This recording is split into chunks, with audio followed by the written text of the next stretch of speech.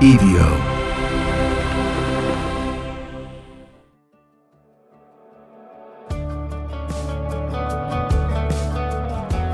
Hello, my friends, and welcome to episode 3 of Finding Me.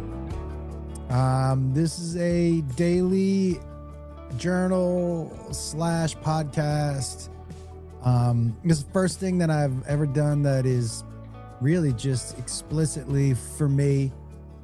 It's a podcast to help hold myself accountable and to what I want to put out in the world, who I want to be, and to help me find the most authentic version of me. When I mean it's the first thing I've ever done for me, I really don't, I'm not doing this for likes or comments or views. It'd be super cool if it was something that helped other people, as I've gotten older, being of service or helping people or giving has really been I found to be so rewarding in a way that I didn't find when I was younger. And so in the process of, discovering about myself, I hope it helps somebody else. I will say it's been a great exercise for me already 2 days in, for a number of reasons. Reason number one, and I was telling my producer, Brandon, by the way, funny story about the dude who I'm doing this with is my wife, Beth's ex-boyfriend. Crazy, right? Small world. Great fucking guy. But it's funny. We laugh about it every now and then. But I'll tell you why it's been such a great experience already 2 days in. So much gratitude for it. One, I say I'm not here for likes, views, comments, but it's been already difficult for me not to go check the YouTube comments and views, because that's what I'm trained, as a content creator, it's almost like you're trained to be like, judge it whether it's good or bad by how other people react. And I'm really trying to retrain my brain to not look for validation or to not judge how my material, not to grade it on what other people think. I just got to grade it on what I think. And that has been really good for me already. I'll tell you what else has been really good. So yesterday really is exactly why I'm doing this show, because the two things that I do talk about, which is, having this notebook and writing what the show the next day will be. And then I do make a list of things that I want to do every day. And I didn't do the notebook last night, and I did what my MO is for my list, which is I really do the things that aren't as important for me first. And I justify it. It's very self-sabotagey. And then I look at the list at the end of the day and I'm like, oh, I didn't do those things for me. And I thought about them many times, a bunch of these things. And some of them have to do with my money. And when I look back at this kind of habit of pushing that stuff down and justifying it some way, it's like I'm telling the universe I don't deserve those things. And so in the past, the journal and the list would have been something that I stopped and been like, well, I'm going to do it tomorrow. I'm going to do it tomorrow. And then a month out, started again. And it yet again would have been something that I started and didn't complete. And the same thing with this journal. And the beautiful thing about sitting in front of this camera every morning, and what I talk about holding myself accountable to me, is I have to do this. I have to do this. And I was like, oh shit, I am holding myself accountable already just by being here right now and talking about it. Also in the past, I for sure would have had some real bad self-talk which I've kind of got rid of. Um, I got rid of a little bit ago, the bad self talk, which will fucking bring you down, calling yourself a piece of shit or any of that stuff. And so this has already been monumental for me, monumental. And I feel like I'm talking to myself in this camera, which I think is also gonna end up being very cathartic. That's a word I use a lot because I feel like it makes me sound smart. But I do feel like this is going to be like also almost like my own personal therapy session. I'm not going to sit here and boo hoo all the time, but it's been pretty amazing already so far. So already a ton of gratitude for being here and this show. So yeah, amazing. Um I I went to the gym yesterday. I wasn't feeling that well, but still went to the gym. And I think I talked about this about how I don't really like the workout program I'm on right now, but that I think it's important to do things that you don't like, even especially if they're beneficial for you or something that's necessary in your life. Doing things that you don't like and completing them with the same energy, the same fervor, the same enthusiasm that you do the things that you do like, I find to be super beneficial for me. Like I went to the gym yesterday and I was like, oh, I hate this program. I modified it a little bit. I did, but I when I finished it, I was like, I'm so glad I came here and did this. And I've had people reach out to me in the past about exercise, and they're like, "You have a different schedule. I don't have time. I don't like it. All this stuff." And I would only say to you again, and I'm no guru, I'm no self help dude. I can just tell you what works for me. Is that finding time? Honestly, even if it's you know at the last 10 minutes. So say you work at an office. In the last 10 minutes of every hour, you spend or 5 minutes or 30 seconds just standing up and sitting down from your seat. Anything. But finding time for you or for me, or for yourself, I should say, is part of this exercise. It is putting yourself up on the importance list. And if you, I find for me, exercise lifts me out of depression, makes my brain work better, makes me easier to be around. And some people hate the gym, but I also walk like this morning. Let me look at my little, I actually walked 4.7 miles yesterday. But even if it's just getting out and walking, or the first thing you do when you get out of bed is you do 10 air squats, 10 push-ups, and 30 seconds of plank. But there is always time, and I understand people don't like it, but it is unequivocally, again, a word I like to use because it has a lot of syllables, good for you. And extends your life and all that other blah blah blah shit. But like wellness, I said this I think on yesterday's show, you got to put your oxygen mask on first before you help other people. And so wellness and health, I don't even know if I would say longevity is what I'm into. I'm not Dave Asprey. I have no desire to live to 120.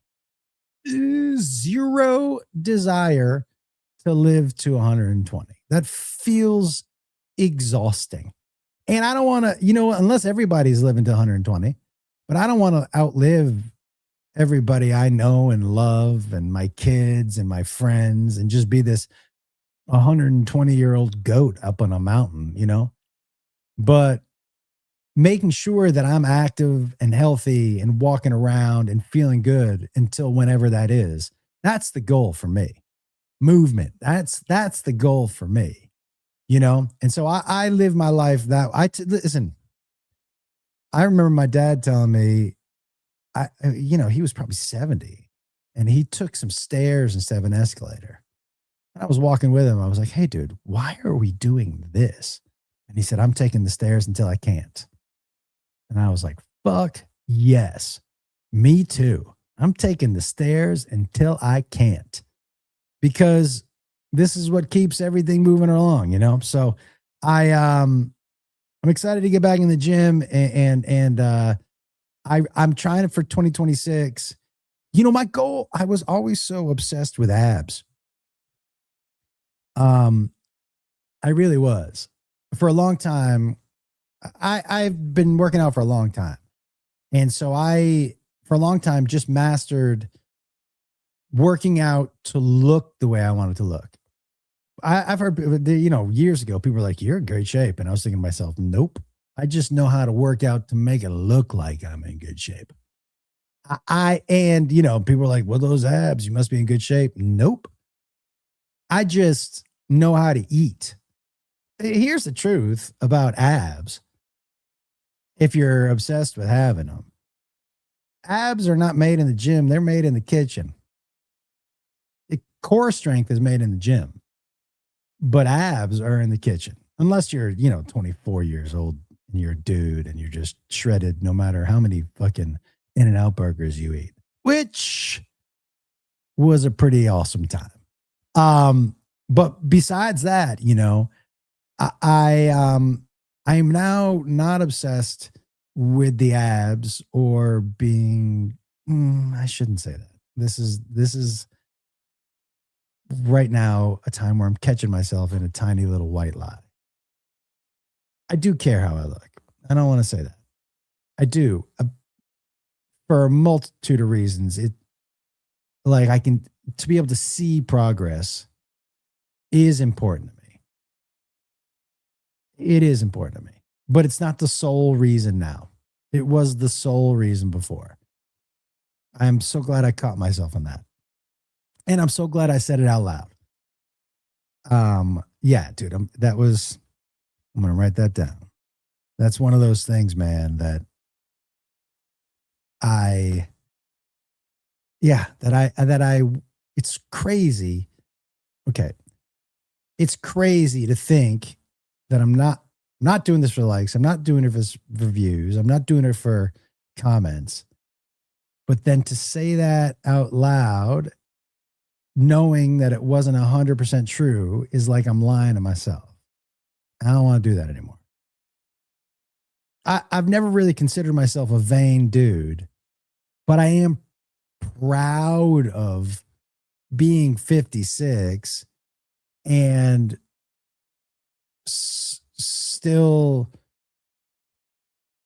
being able to maintain a visual that I like. Do you know what I mean? That is important to me. Now, on the flip side of that, it's such a weird thing because nobody sees me naked except Beth, you know? But it's a weird thing to be still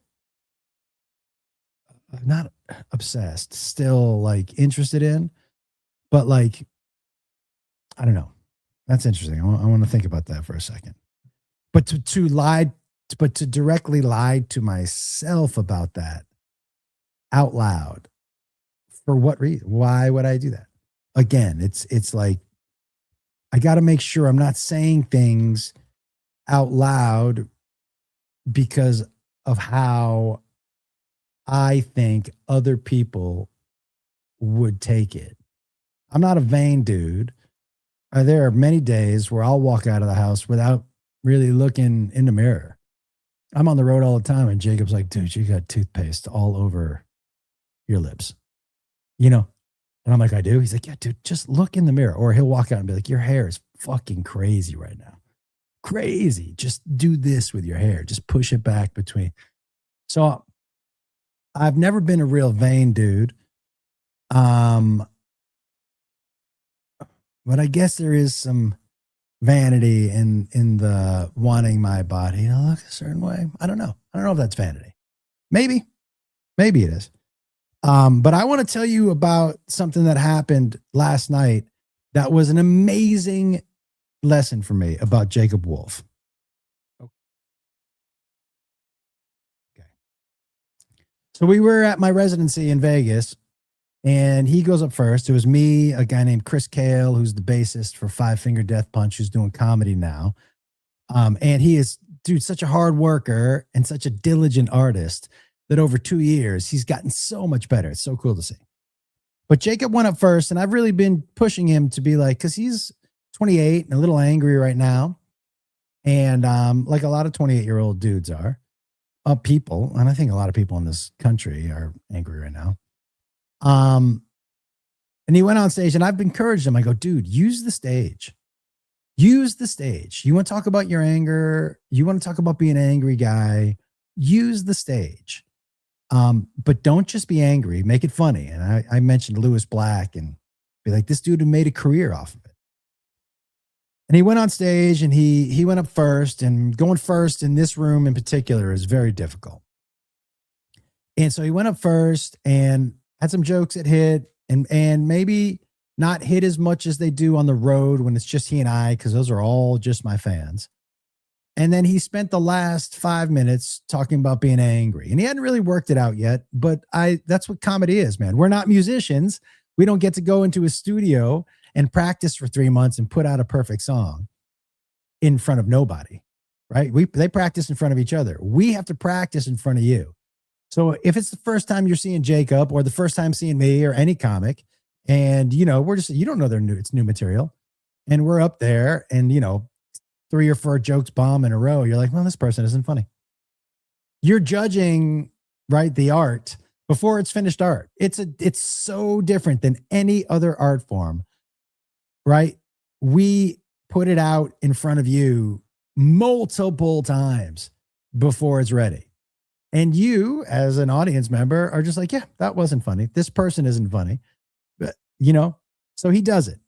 And there had been some drunk Seahawk fans in the audience, and they had been screaming out to him, and he'd said something to them, and they had gotten kind of butthurt. And at the end, I went out because I could hear them going back and forth. And I went out there because Kimmel's doesn't have any like big dude security. It's actually smart. They have small women who run the club, and they're amazing at their jobs, but they're the ones who throw people out. By the way, it sizzles. I mean, it like completely dampens any kind of aggression from these big dudes, because this just tiny woman comes up and is like, you have to leave. And what are they going to do? Fuck you. And they're like, oh shit. I can't push this lady. I can't yell at her. I'm not going to body her up, But I went out there just in case, because they were drunk, and just in case one of them was going to say something. And they were screaming shit to him. Jacob, you're not funny, fucking something about me, you're just here because you're dead, or whatever. And Jacob was handling it. But my instinct, because I was out there and I had to stop myself, my instinct was to be like, sit the fuck down or get the fuck out of here. To jump in.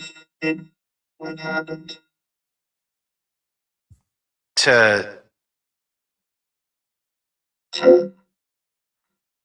Hello? Hello? I don't know how to use this soundboard. And it's just switching by itself. Okay, there we go. The instinct, that was super embarrassing. That was an old guy moment. Not sure why that switched. But the instinct was to, Papa Bear it and jump in and fix it. But I didn't. I really fought my instinct. And he handled it like a fucking pro. And it just reminded me, and I wish I had done this more as a parent, to let him find his way. It's okay if they fall. It's okay if they fail. It's okay if they make mistakes. But figuring it out on your own is where the lesson is learned, is where you grow. right? I think, when I was growing up, we spent so much time by ourselves. Our parents weren't always there. When you were on the playground, there weren't 6 teachers out there. You weren't told if somebody's bothering you or somebody says something to you don't like, go tell your teacher. And if you did, they'd be like, "Oh, okay." You know, you the world was different. And as kids, we were forced to figure things out on our own. And I think too often right now, the instinct of the parent is be like, let me fix this. But they're not learning anything. They're not learning how to solve problems. You know what I mean? They're not learning accountability. They're not learning independence. And they're learning that I need my mom or dad to fix this for me. And it feels so nice to be needed. And it feels so nice to fix things for them. But if you're always lifting them off the ground, they'll never learn how to stand on their own. It's such a different mentality. And my dad was an educator his whole life. And I'm going to really try to keep all these under 20 minutes now. So I got to wrap this up. Last thought, but this is super important. My dad was an educator, and I asked him, I go, what do you think the big difference is teaching now and teaching then? He said, I'll tell you what. When we used to go to parent-teacher conferences, and if you were getting a C, the teacher and I would be like, why are you getting a C?